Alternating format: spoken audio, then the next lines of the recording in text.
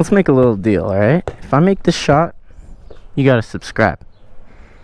Hello, I am standing next to the Sur Ron that I have been riding and upgrading for about 2 years now.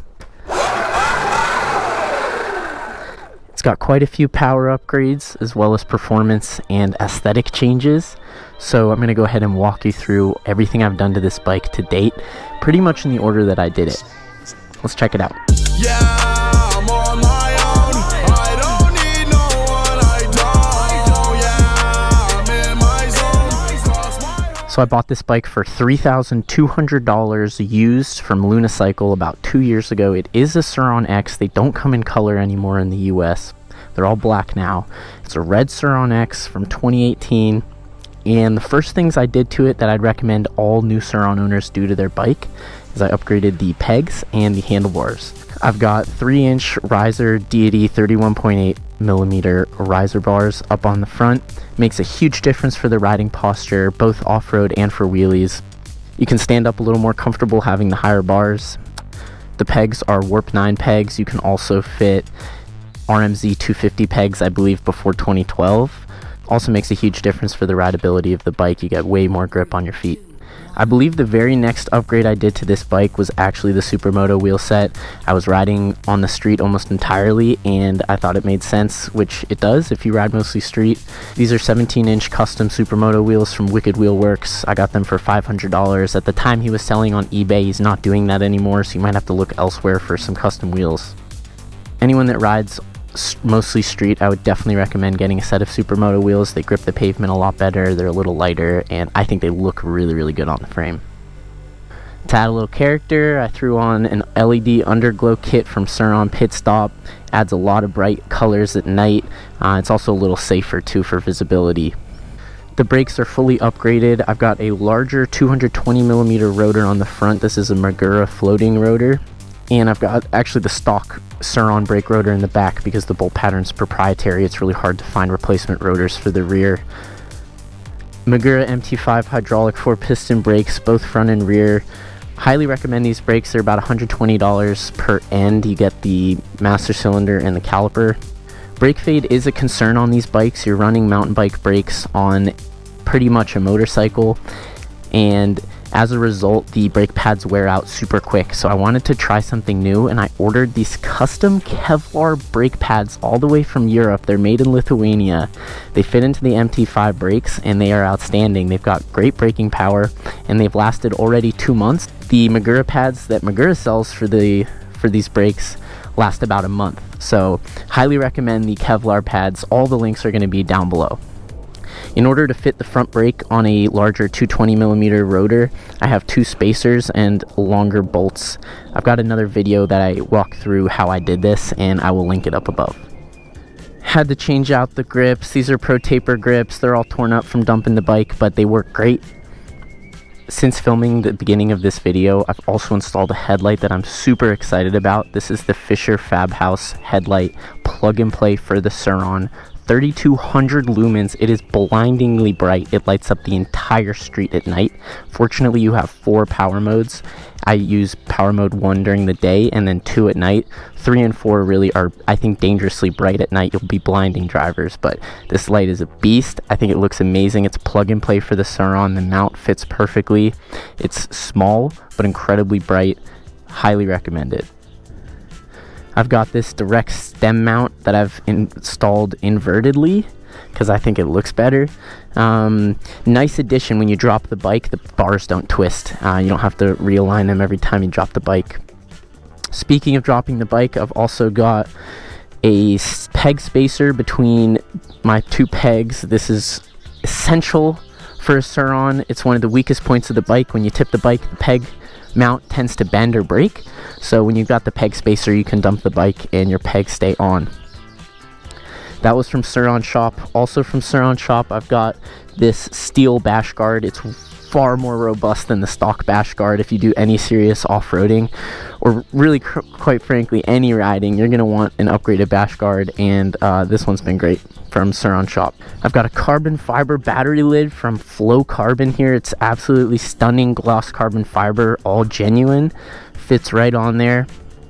I installed a 62 tooth sprocket. This is about as big as I've seen anyone put on a Sur Ron. It's definitely for stunting. It picks up the front wheel just instantly, but you really do sacrifice top speed. It's very easy to loop the bike, but very fun upgrade as well.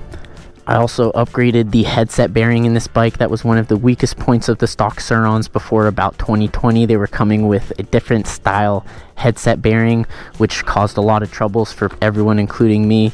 A lot of wiggle room in the headset.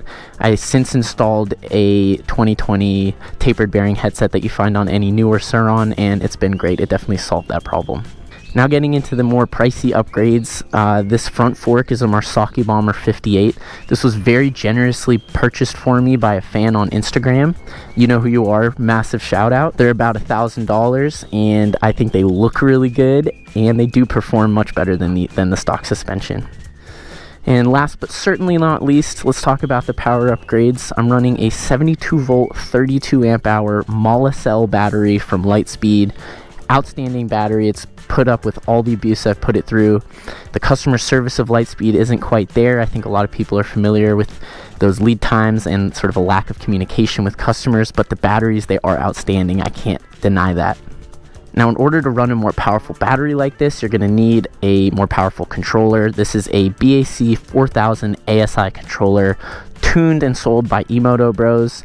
They have outstanding customer service and they're constantly updating their tune so that it just keeps getting better and better. This controller really is the keystone for this bike. It is what brings it alive. Doubles the top speed, doubles the range, doubles the fun.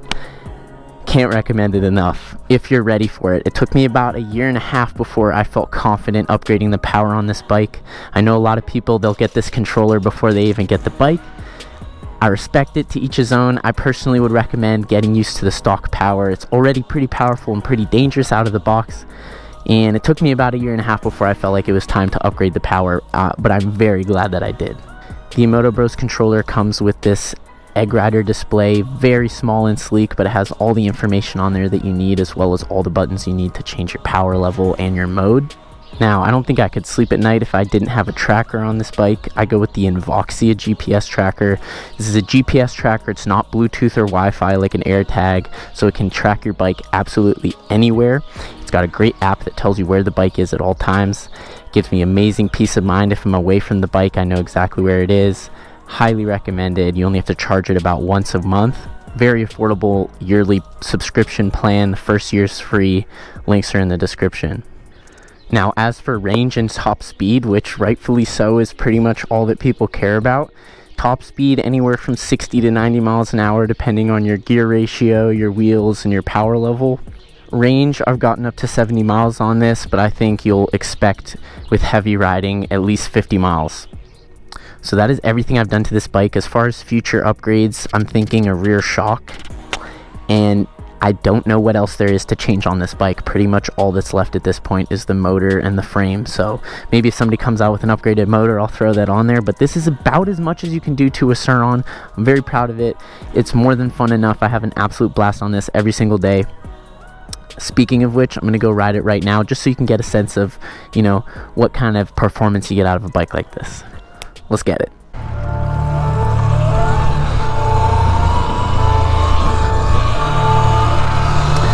So those are the upgrades on this bike. I'm going to do a little demo ride right now. I'll do some wheelies. The front wheel picks up so easy. You do not need to put any weight into it.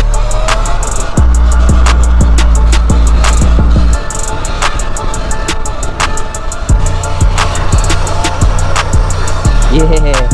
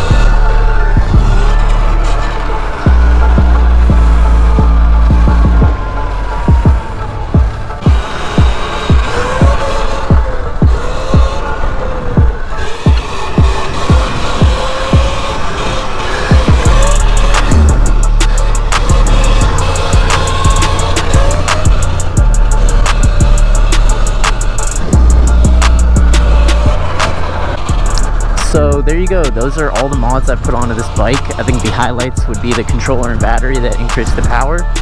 I think something special about this bike is how big the sprocket is. It's really just an unreal amount of torque, especially with the smaller diameter wheels.